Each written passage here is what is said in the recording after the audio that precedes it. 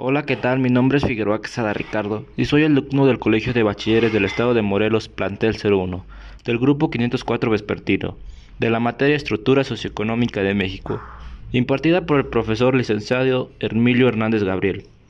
En esta ocasión les hablaré sobre la acumulación del capital y el empobrecimiento de la clase obrera, donde se desprenderán varios subtemas relacionados al tema.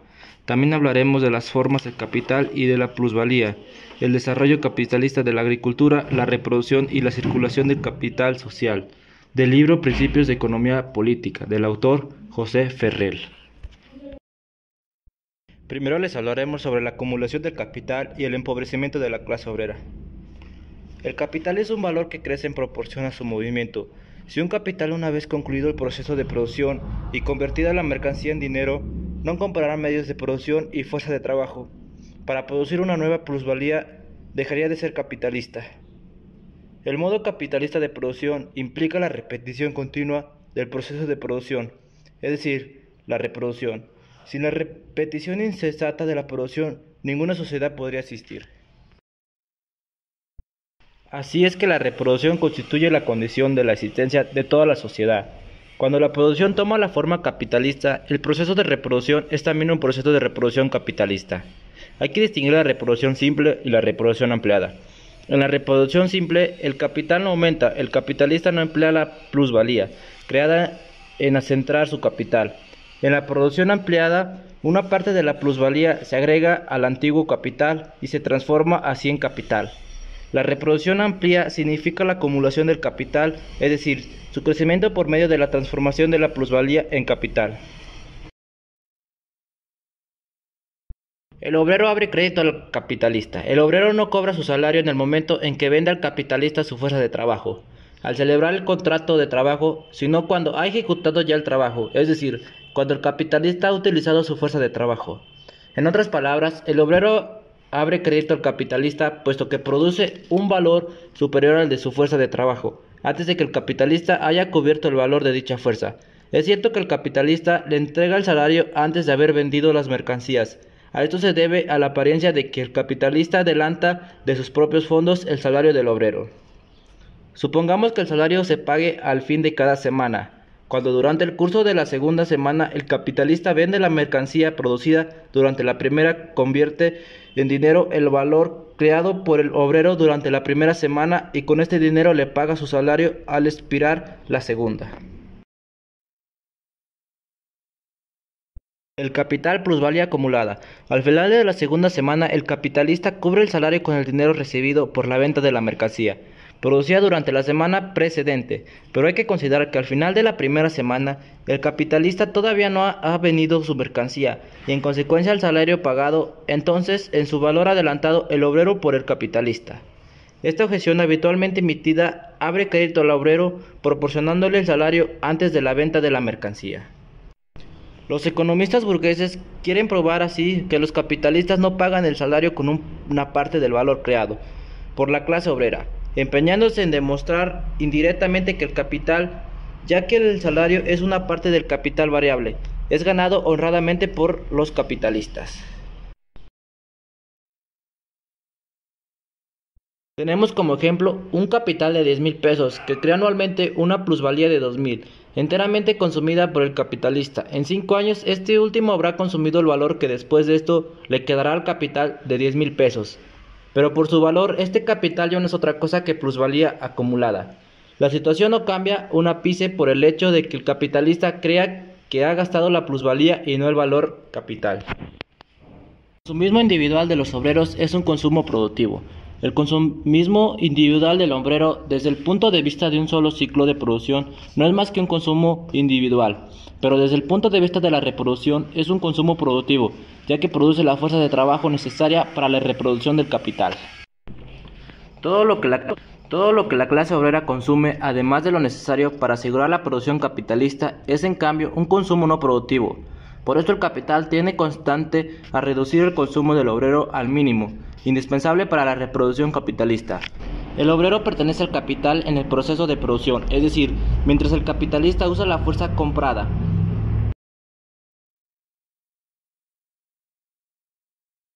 La reproducción ampliada es la repetición del proceso de una producción en una proporción creciente. Gracias a la transformación de la plusvalía en capital, tenemos un capital de 6,000 pesos, compuesto de 3,000 de capital constante y de 3,000 de capital variable, con una cuota de plusvalía o grado de explotación de 100%. La masa de plusvalía sería de 3,000 pesos. Si el capitalista agrega al capital 2,000 pesos de los 3,000 de la plusvalía, como la relación entre el capital constante y el variable no sufrirá cambio alguno, obtendrá un nuevo capital de 8,000 pesos, de los cuales 4,000 sería el capital constante y 4,000 el capital variable. Como la cuota de plusvalía es del 100%, su masa subirá a 400 pesos. Con la conversión de una parte de esta plusvalía, el capital se obtendrá un capital superior a 8,000 pesos, el cual dará a su vez una plusvalía mayor. Se produce la acumulación del capital. Mientras mayor es la acumulación del capital, mayor plusvalía crea. Mientras mayor es la plusvalía creada, mayor es la acumulación del capital. Sobrepoblación relativa. La ley general de la acumulación capitalista. La producción capitalista se desarrolla de una manera desigual, pero es el crecimiento de la formación orgánica del capital y la formación de un excedente de población obrera, que le es correlativa, se operan de una manera desigual. En algunas ramas y empresas los obreros son separados de la producción, en otras se enrollan nuevos obreros, pero en todas las ramas de la producción capitalista se formará una sobrepoblación relativa, un excedente de obreros privados de todo medio de existencia. Esta ley propia de la producción capitalista, la sobrepoblación no proviene de leyes naturales, sino del modo capitalista de producción. El excedente de la población no existe más que en relación con las necesidades del capital, pero nunca en relación con los medios de producción, que serían capaces de ocupar a este excedente de población y de producir sus medios de subsistencia. Las formas de la sobrepoblación relativa. La primera es la sobrepoblación flotante, que comprende a los obreros que están temporalmente separados de una empresa o de una rama de trabajo, y que después de cierto lapso reanudan sus labores en otra empresa o rama de producción. A medida que se desarrolla el capitalista, el número de obreros absorbidos por la industria sorpresa al que se separa de la producción. Sin embargo, a pesar del aumento general del número de obreros ocupados, existe continuamente una masa de obreros excedentes aún en los periodos de desarrollo industrial. Su composición es lo único que cambia. Unos salen y otros entran. Por esto Marx llama a esta forma de sobrepoblación flotante y en ella están comprendidos los obreros jóvenes. La gran producción capitalista mecanizada necesita siempre un gran número de jóvenes, que son necesariamente hasta que alcancen la mayoría de edad. Una vez alcanzada esta, son separados de las empresas y permanecen sin trabajo, tratando de colocarse en otra parte. La segunda forma de la sobrepoblación relativa es la sobrepoblación latente. Los obreros asalariados de la agricultura forman parte de este grupo. En contra de lo que sucede en la industria, en la agricultura la acumulación del capital sobre la base del crecimiento de su composición orgánica provoca siempre una disminución absoluta del capital variable y en consecuencia de los obreros ocupados. Además, el campo produce sin cesar masas considerables de campesinos arruinados. Toda esta multitud de los obreros agrícolas y de campesinos arruinados se ven obligados a contentarse con un salario de hambre e ingresa en la industria cuando la ocasión se le presenta. La tercera forma de la sobrepoblación relativa es la sobrepoblación estancada, constituida por los obreros privados de trabajo que viven bien o mal trabajando irregularmente. A esta categoría pertenecen entre otros los obreros que trabajan a domicilio para las fábricas y los grandes almacenes. Las formas de capital y de plusvalía. Las formas de capital. El capitalismo es un modo de producción en el que las fuerzas productivas no se desarrollan para satisfacer las necesidades de la sociedad, sino para acumular trabajo no pagado. El movimiento del capital. El movimiento del capital comenzó cuando el capitalista compra medios de producción y fuerza de trabajo. Supongamos que ha comprado 4,000 pesos de medios de producción y 1,000 pesos de fuerza de trabajo. La suma de 5,000 pesos que pone en circulación en un valor determinado que tiende desde el principio a transformarse en un valor mayor. Es el capital en su forma dinero o capital dinero. Cuando el capitalista compra medios de producción y fuerza de trabajo, su capital pierde la forma de dinero y toma otra en la que el valor aumenta inmediatamente por medio de la producción de plusvalía. Esta forma es la del capital productivo. El movimiento circulatorio y la reproducción del capital. El movimiento circulatorio del capital comprende dos fases de circulación y una de producción. El aumento del valor del capital se efectúa durante la fase de producción, pero ni durante la primera fase de circulación ni durante la segunda, transformación del capital mercancía en capital dinero, el valor aumenta. Sin embargo, estas dos fases que se efectúan en el dominio de la circulación constituyen la condición necesaria del movimiento del capital. Sin la circulación del capital, la renovación continuará del proceso de producción de plusvalía sería imposible, así como la reproducción capitalista. La reproducción capitalista implica, por lo tanto, el proceso de producción y de circulación. Constituye la unidad del proceso de circulación y de producción del capital. La separación de las fases del movimiento del capital determina la división de funciones en el seno de la burguesía.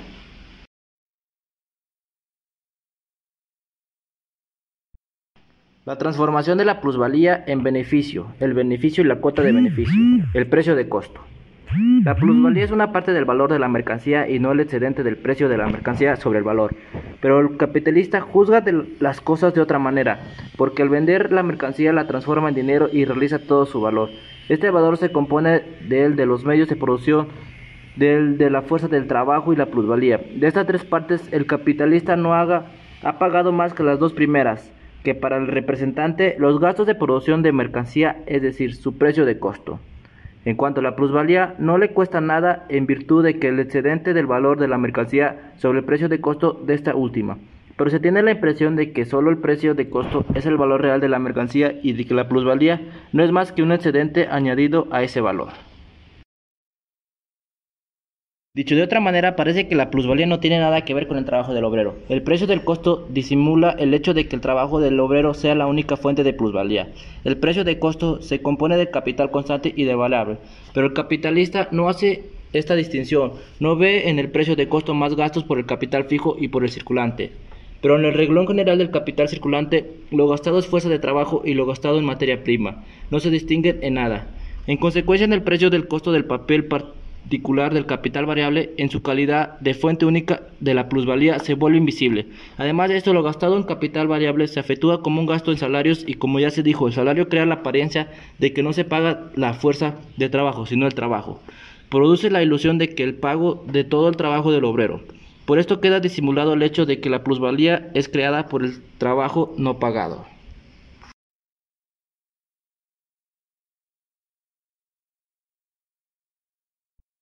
El desarrollo capitalista de la agricultura. La propiedad privada del suelo como factor negativo del desarrollo de la agricultura en el régimen capitalista. Por una parte, el capitalismo desarrolla las fuerzas productivas de la sociedad, mientras que por otra, detiene su desarrollo. Pero en la agricultura, sobre todo, el régimen capitalista frena el desarrollo de las fuerzas productivas. El retraso de la agricultura con respecto a la industria y la creciente oposición entre la ciudad y el campo son inevitables en el régimen capitalista. La causa esencial de ello es la propiedad privada del suelo. La propiedad privada de la tierra ejerce una marcada influencia sobre la economía. Impide primero que el arrendamiento capitalista haga inversiones nuevas en la agricultura. En segundo término, engendra la renta absoluta, con lo que hace imposible que la plusvalía creada en la agricultura participe en la formación de una cuota media de beneficio. En tercer lugar, como resultado del anterior, reduce la cuota media de beneficio, retardando en consecuencias la acumulación del capital elevada. Por último, los precios de las materias primas agrícolas necesarias para la industria, así como los medios de subsistencia de la clase obrera y de todas las capas pobres de la población. El precio de la tierra. La propiedad privada del suelo impide una aplicación productiva de los enormes capitales que se invierten en la compra de terrenos. La tierra como tal no tiene valor, pues no es un producto de trabajo. Sin embargo, en la sociedad capitalista, en una mercancía que se compra y se vende, aunque no se posee valor, la tierra tiene precio. Un terreno se vende a tal o cual precio. Ahora bien, el precio de todas las mercancías está determinado por su valor. ¿Cómo se determina entonces el precio de la tierra que carece el valor? Ejemplo: si un terreno cualquiera produce anualmente una renta de 100 pesos, su propietario al venderlo deberá recibir una suma de dinero colocada en un banco proporcional anualmente una suma de 100 pesos. Si el banco paga un interés de 5%, el propietario venderá su terreno en 2,000 pesos, cantidad que, redituando al 5% anual, produce 100 pesos en un año. El precio de la tierra es en este caso de 2,000 pesos. El precio de la tierra es la renta capitalizada, es decir, la renta convertida en interés en ganancia de un capital prestado de una magnitud determinada.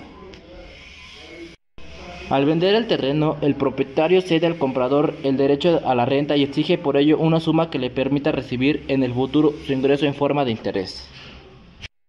Con el desarrollo del capitalista, el precio de la tierra sube en vez de bajar. Este crecimiento del precio de la tierra es provocado por dos causas. La primera es el aumento de la renta debido al crecimiento de la demanda de tierra paralelo al desarrollo del capitalismo y de las nuevas inversiones del capital en la agricultura, pero el aumento de la renta significa el aumento del precio de la tierra. Si en nuestro ejemplo anterior la renta no fuera de 100 sino de 200 pesos, se necesitaría un capital de 4,000 pesos para obtener 200 en un año. El tipo de 5% anual. La segunda causa del aumento del precio de la tierra es la baja de la cuota de interés a nivel inferior o la cuota media de beneficio. Por esta razón, con la baja segunda disminuye también la primera. Si la renta es de 100 pesos y la cuota de interés de 5%, el precio de la tierra será 2,000 pesos, con una renta de 100 pesos y una cuota de interés de 4%. El precio de la tierra será de 2,500 pesos. Cuando una renta de 200 pesos en una cuota de interés de 4%, el precio de la tierra subiría a 5,000 pesos. El aumento de la renta y la baja simultánea de la cuota de interés aceleran el aumento de los precios de la tierra.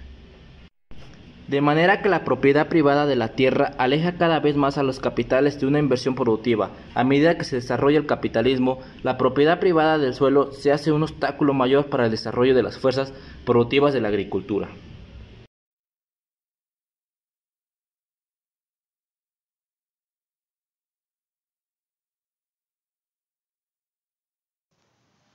La reproducción y la circulación del capital social. La contradicción entre la burguesía y el proletario es la expresión de la contradicción fundamental del capitalismo. La contradicción entre la producción social y la apropiación capitalista. En el régimen burgués, toda la producción social está diseminada en empresas capitalistas individuales, cada una de las cuales es independiente, de propiedad privada de un capitalista particular, pero al mismo tiempo, la reproducción es cada empresa particular depende de la reproducción de las otras empresas, de la reproducción en toda la sociedad. Por ejemplo, la reproducción en una empresa textil depende de la producción de muchos otros capitalistas productores de diversas máquinas textiles, de algodón, de materias auxiliares, de combustibles, de objetos de consumo por los obreros, entre otros. El movimiento de cada capital individual está ligado a los movimientos de un gran número de capitales individuales, que en conjunto forman el capital social, y como el capital social está compuesto por gran número de capitales, su movimiento y su reproducción tienen un carácter profundamente contradictorio. La contradicción entre la producción social y la apropiación capitalista causa de la crisis. El análisis del proceso de la reproducción y de la circulación del capital social nos ha conducido directamente al problema de la crisis. Hemos visto que el movimiento del capital social está lleno de profundas contradicciones, que son la expresión de la contradicción fundamental del capitalismo. Dicho movimiento se efectúa de manera irregular. Su forma característica se manifiesta por rápidas transiciones asaltas, yendo de la animación al descenso, a la crisis, al estancamiento. Estos ciclos de producción se repiten periódicamente. Su momento decisivo es la crisis, en el momento preciso en que la producción capitalista está en plena marcha, cuando se producen masas siempre crecientes de mercancías, cuando los precios suben y con ellos aumentan los beneficios de los capitalistas, cuando la desocupación se reduce y el salario se eleva. Precisamente entonces estalla bruscamente la crisis. Veamos cómo describe Engels la crisis. El comercio se paraliza, los mercados están sobresaturados de mercancías, los productos se estancan en los almacenes abarrotados, sin encontrar salida. El dinero contante se hace invisible, el crédito desaparece, las fábricas se cierran, las masas obreras carecen de medios de vida precisamente por haber producido demasiados medios de vida, y todo son quiebras, embargos y liquidaciones. La paralización dura años enteros, las fuerzas productivas y los productos se derrochan y destruyen en masa, hasta que por fin, a fuerza de despreciarse las masas de carencias acumuladas, encuentran una salida y la producción y el intercambio van reanimándose poco a poco. Paulatinamente, la marcha se acelera al paso de añadidura, se convierte en trote y de trote industrial en galope. Y por último, en una carrera desenfrenada, en una vertigosa y desbocada carrera industrial comercial, bancaria y especulativa para terminar por último, después de los saltos más arriesgados, en la fosa de un nuevo crack, y así una vez y otra vez. Bueno, compañeros, esto sería todo sobre mi libro que leí de Principios de Economía Política. Hola, ¿qué tal? Mi nombre es Figueroa Quesada Ricardo y soy alumno del Colegio de Bachilleres del Estado de Morelos, plantel